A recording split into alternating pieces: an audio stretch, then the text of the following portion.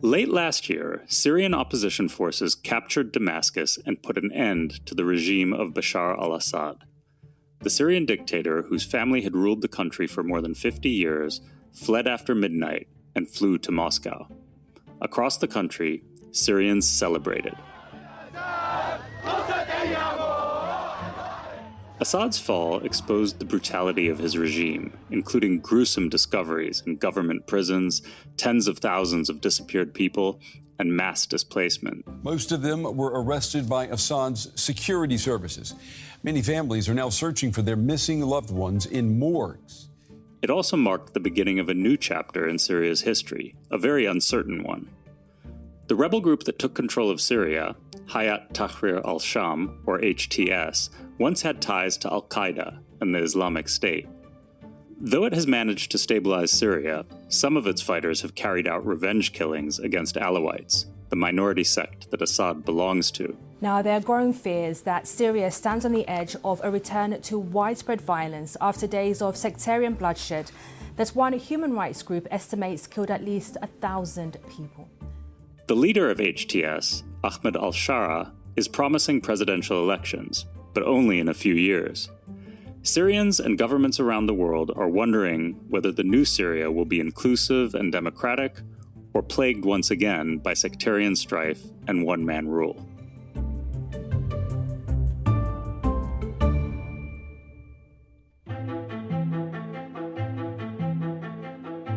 Welcome to Counterpoint. Each week, we look at one pressing question facing world leaders from two opposing points of view. I'm Sasha Polako-Saransky, a deputy editor at Foreign Policy and your host and moderator for the show. Today, we're tackling the question, is Syria on a path to realizing the hopes of the revolution? With us to make the case for viewing Syria's new government with skepticism is David Adesnik, Vice President of Research at the Foundation for Defense of Democracies. Thanks for joining us, David. Thank you for having me. Arguing that Syrians are capable of securing a democratic future for themselves is Alia Malek, a journalist, former civil rights lawyer, and the author of The Home That Was Our Country, a memoir of Syria. Welcome, Alia. Hi, Sasha. Thanks for having me. Counterpoint is a production of Foreign Policy in partnership with the Doha Forum. Let's get started. Alia, in a piece for the New York Times, you wrote about how Syrians have been written out of Syria's story, and that the world misread Syria for so long and condemned it to misery. How do you think Syrians can be involved in building their country's democratic future? I mean, they're already involved, and they were the ones that brought us to this point. I would take issue with the idea that this was a victory of the rebels or that they captured the country. I think they sort of inherited power and they've taken power.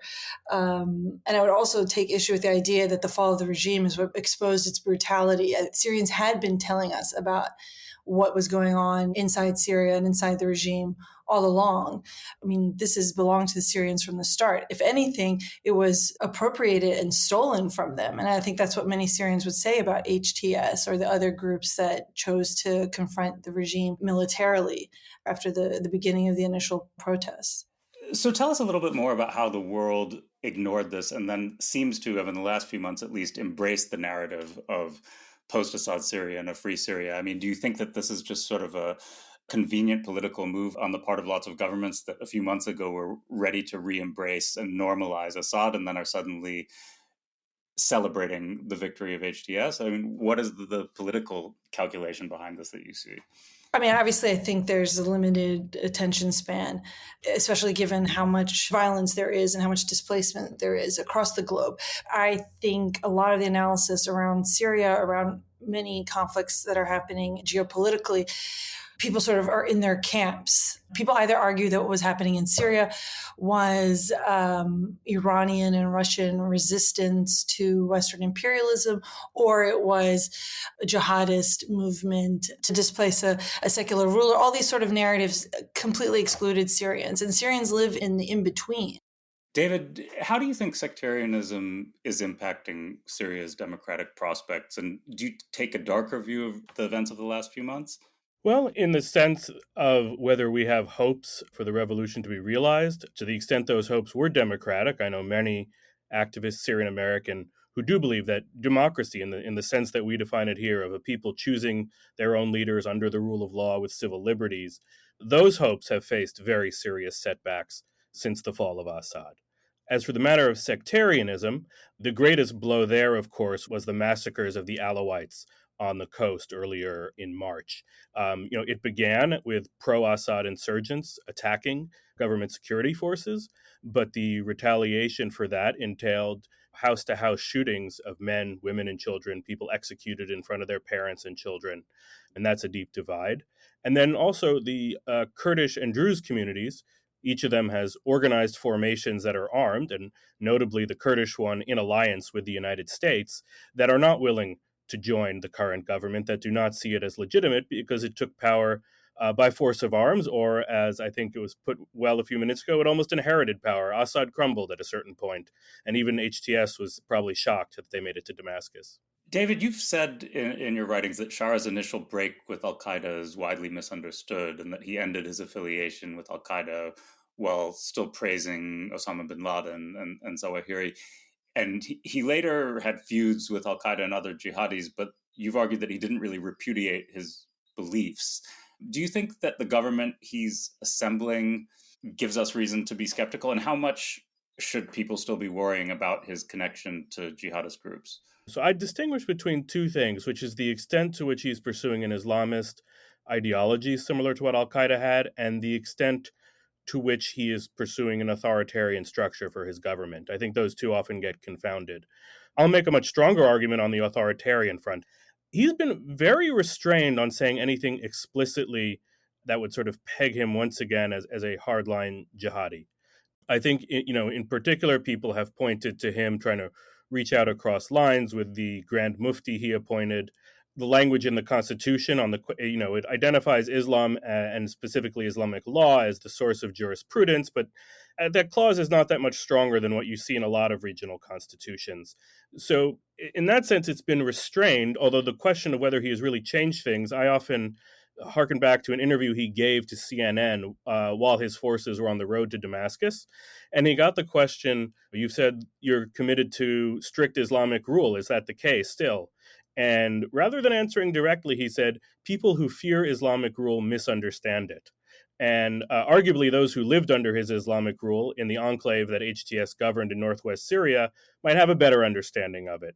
That wasn't, like living under the Islamic State, but there's a lot to talk about. So I think there's a real question to whether he's really consolidating power and waiting till a point where he has more liberty to do things that he know may be provocative. Well, I just wanted to go to sort of pick up on some of the things that David said. I don't necessarily frame it as Islamist versus authoritarian, but the question that most Syrians are asking is he more interested in ideology or power? And I think a lot of people come down on the side of that he's more interested in power. I think for Syrians, first of all, we have to be perfectly clear that it's not a monolithic community or population. The dividing lines are not just the predictable ones. The idea that sect determines what you think. It's also geography. Where were you for the last 14 years? Were you inside Syria? Were you inside Syria under HTS control or in the so-called liberated areas? Were you living under the regime? Were you living under the Kurds? Were you living under ISIS? So the idea that there's sort of like any kind of consensus about a lot of these things, it's impossible. As to the Constitution and his consolidating of power, I think that's probably an accurate read, but I think the reactions might be what you would not necessarily expect. There are plenty of Syrians, and I've had this conversation where it sounds reminiscent of the things that people used to say about Bashar in the beginning days. There are plenty of Syrians who will say, Shara is not the problem. He's aware that he has these problematic factions within his inner circle. He cannot immediately clean house. He's going to clean house. I do think there are a lot of people who have put their trust in him. But obviously the people who started this, right, if we really think about the people who started the revolution, HTS is one of the factions that they would have considered as having stolen the revolution. And so they are as vigilant as ever. I met many people in Idlib in January who were planning on figuring out how to bring his regime down. I think that is the thing that Syrians will remain most vigilant about and have already lost so much for that is not something that they would take easily. David, what do you make of the question of power versus ideology with Shara? I would also come down on the side of it. At least for now, he is pursuing power. I'm not sure I've seen anything that clearly says he's repudiated the ideology he embraced in the past. So one critical distinction is the pursuit of global jihad versus local jihad. And this is a key point on which those who often take a more positive view of why he's less of a threat to the West would rest their case. That he says, my jihad is in Syria, my jihad ended with the fall of Assad. Whereas obviously a fairly essential part of the al-Qaeda and Islamic State doctrine is that there's a global jihad. We think of things in terms of a Muslim ummah, not nation states. And al-Shara seems to be accommodating himself quite well to the context in which he needs to think of things in terms of being Syrian and in terms of really avoiding threats. On the other hand, as one of my colleagues, compiled a list of all the jihadi factions that were part of the HTS coalition that overthrew Assad, there's 5 U.S. designated terror groups there besides HTS, almost all foreign, right? They're part of this global coalition, Uyghurs, Albanians, others from Central Asia, and then 3 additional groups led by U.S. designated terrorists. And the talk of a break with al-Qaeda, as you mentioned, I've been skeptical of that notion, right? In the speech where Shara sort of announced this end of affiliation, right? He did it by praising Osama bin Laden, praising Ayman al-Zawahiri, praising their ideals, and then saying, look, if we have the al-Qaeda brand name on our backs, we're going to get hit by U.S. and Russian airstrikes. So this is not a great idea. And it got more complicated after that. He went on to feud with al-Qaeda and the sort of the new al-Qaeda branch in Syria known as Huras ad-Din. He had long feuded with the Islamic State, which he had originally been part of. So there are these mixed signs, but he seems to display remarkable discipline in himself, at least, avoiding extreme statements. On the other hand, right, the outbreak of ethnic violence that we saw at the beginning of March, that has ideological roots. It's ethnic in the sense the Alawites are a different ethnicity than the Sunni Arab majority, but it's also a sense that Alawites are a heretical and condemned sect. And of course, al-Qaeda, Islamic State, and others of their ilk have a very hard time tolerating those who they consider apostates or heretics. Alia, you wrote that Assad often tried to discredit the revolution by showing that the alternative to secular rule was jihad. Do you think that denouncing Shara as an unrepentant jihadi, and I'm not saying you're doing that now, David, but that argument is out there. Do you think that people who make that argument are really just engaging in a continuation of Assad's own rhetoric? You mean like David right now, or just anybody? I mean, I'm talking about people who lack my nuance.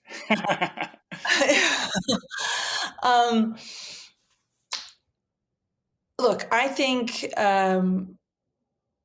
there are a lot of terms that cause certain brains to short circuit. Like, I think Syrians are so post that, right? I mean, I don't think if you say, they're al-Qaeda, that's necessarily going to end the conversation in a Syrian context. I think Syrians, first of all, look at, did you engage in violence or not? Like, sometimes the labels that we put on certain kinds of violence, to Syrians, it means very little if the violence that killed or disrupted your life came from a supposedly secular Assadist violence or from a jihadist violence. In other contexts, sometimes the jihadists were the only ones that had any skin in the game. That is not the case in Syria. There is not a Syrian family that has not been affected by violence or what has happened over the last 14 years. This is not a victory for HTS. They did not win the revolution, and they know it. So, Alia, how do Syrians view all of these external actors now? Iran, Hezbollah, and especially Israel under Prime Minister Benjamin Netanyahu. I mean, Israel's launched ground incursions into southwestern Syria. They've conducted airstrikes. Do you think that risks derailing what seems to be a really fragile transition? Syrians are very, when I was in Damascus in January, so many people were like, struggling with the fact that in many ways they're like, thank you, Bibi, thank you, Netanyahu, who's like a massive son of a bitch in the region, as big as any of the others. I mean, they're able to understand that HTS was able to sort of inherit the power because Iran and Hezbollah had been taken out of the game because the Russians clearly decided to not participate. And I would say that if you were to look at the violence that happened on the coast, I think it's really sectarian as opposed to ideological. I mean, there are a lot of grievances against the Alawite communities, whether justified or not. I don't know, maybe you can find some justification in ideology. But, I think the scores that were being settled were more personal and sectarian than I would say ideologically rooted.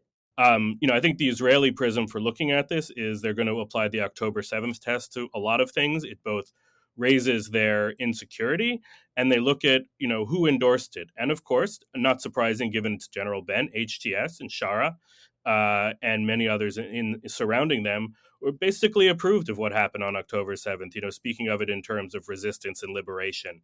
So, you can only imagine what it would be like if Americans, even if someone out there who made other efforts to present themselves as a moderate, basically had a positive view of 9/11 a year or two after it happened. But still, there's the question of whether that means Israel would be pursuing a prudent policy. And I think there's a measure of confusion in what they're doing. There's an impulse to, of course, take some territory, take out Syrian weapons. But what future for Syria would actually benefit Israel is a more complicated question. You're listening to Counterpoint. I'm Sasha Polako-Saransky. We'll be right back. Welcome back to Counterpoint. Before the break, we were talking about Syria's new transitional government, led by Ahmed al-Shara, and the various regional players who've been involved in Syria. So let's talk a bit more about Israel. Following up on what you were saying earlier, David, do you think Israel's doing this because they're really that skeptical about Shara being a moderate, or are they simply seizing territory wherever they can, where there's no military resistance? And by doing that, do you think they might be creating more risks for everyone? So to answer the first part of that, they see just about every one of their neighbors as a population that is ready to embrace sort of virulent anti-Israel hatred. I've even had one thoughtful senior Israeli say he'd rather have Shara in power because Shara, like Mubarak or Abdullah, the king of Jordan, has the potential to control the population. Also, if you remember, one of the key things about Gaza, much as now we immediately associate Hamas with a sort of an unrestrained desire for nearly genocidal violence, Israel really thought there was a hope for pacification, that if they provided more jobs, Hamas would focus on governing.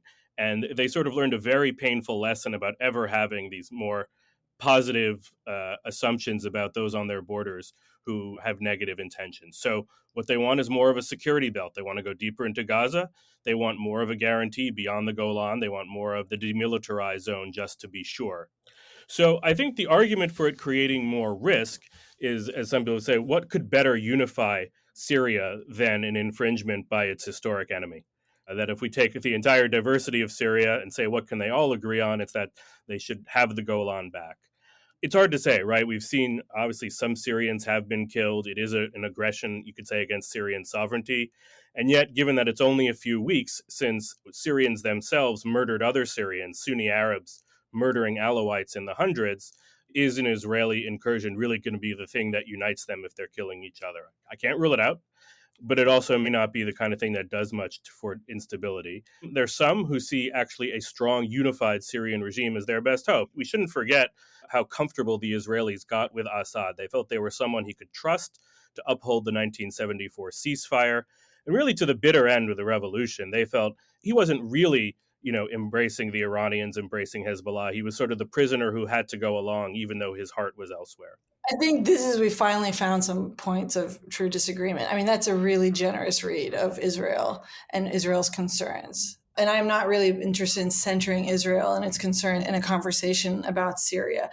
It doesn't matter who's at the head of the government in Syria. Like, the Syrian people's sympathies are going to lie with the Palestinians. They absorbed all those Palestinians in 1948. And again, different waves of Palestinian refugees have been part of Syria since its own founding as an independent nation state after the Mandate era. You cannot kill the sympathy out of people. Also, I don't think it's an accurate read that at least the current Israeli government is interested in real security for its people. It thrives on the insecurity of its people. It's its raison d'etre is its insecurity of its own people. And so destabilizing Syria and sort of creating yet another obstacle. There are so many obstacles to rebuilding a place that has been decimated. Right? I mean, people in Damascus were almost like zombies. Middle-class people are now impoverished. There is no electricity. The air is terrible.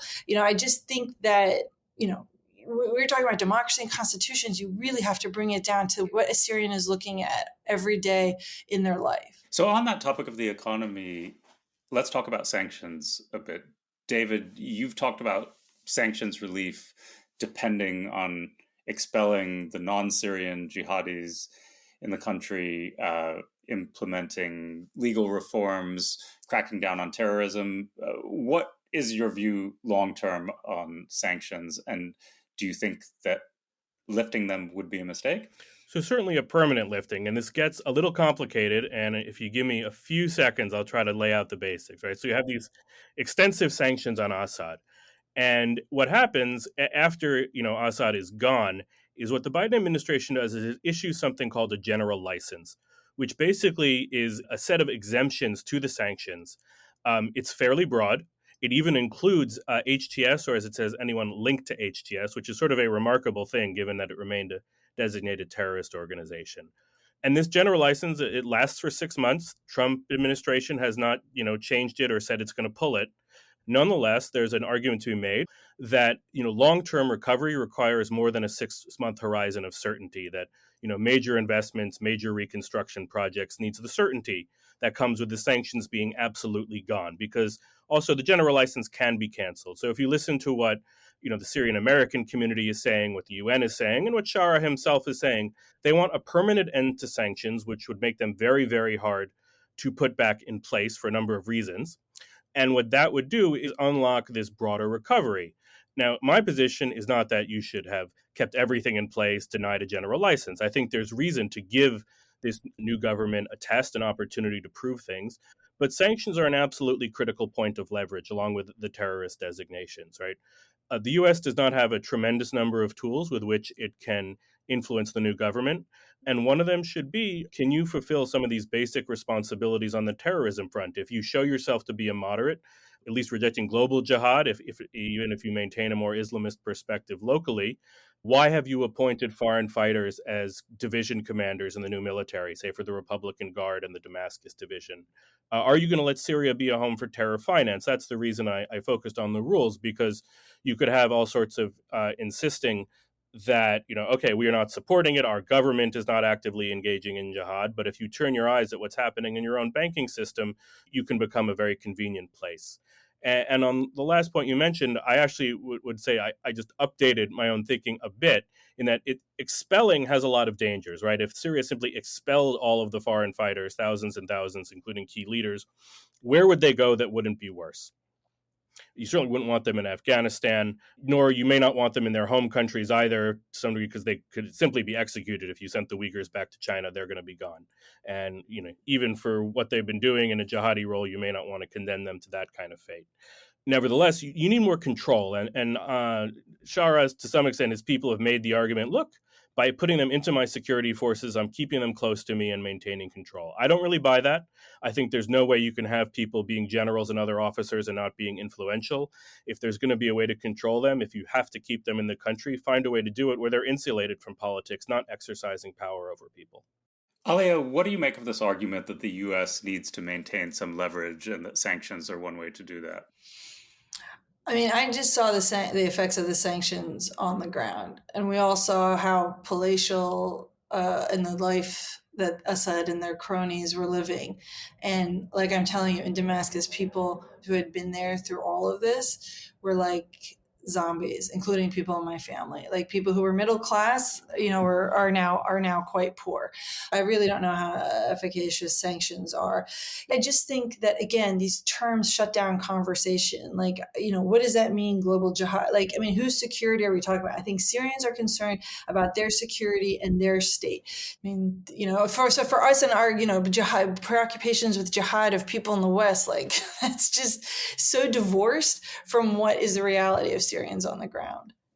David, what do you make of that and the risk that if the Syrian economy doesn't recover and the situation that Ali is describing gets even worse? Is that more of a risk in your view than giving up the leverage that you argue sanctions provide?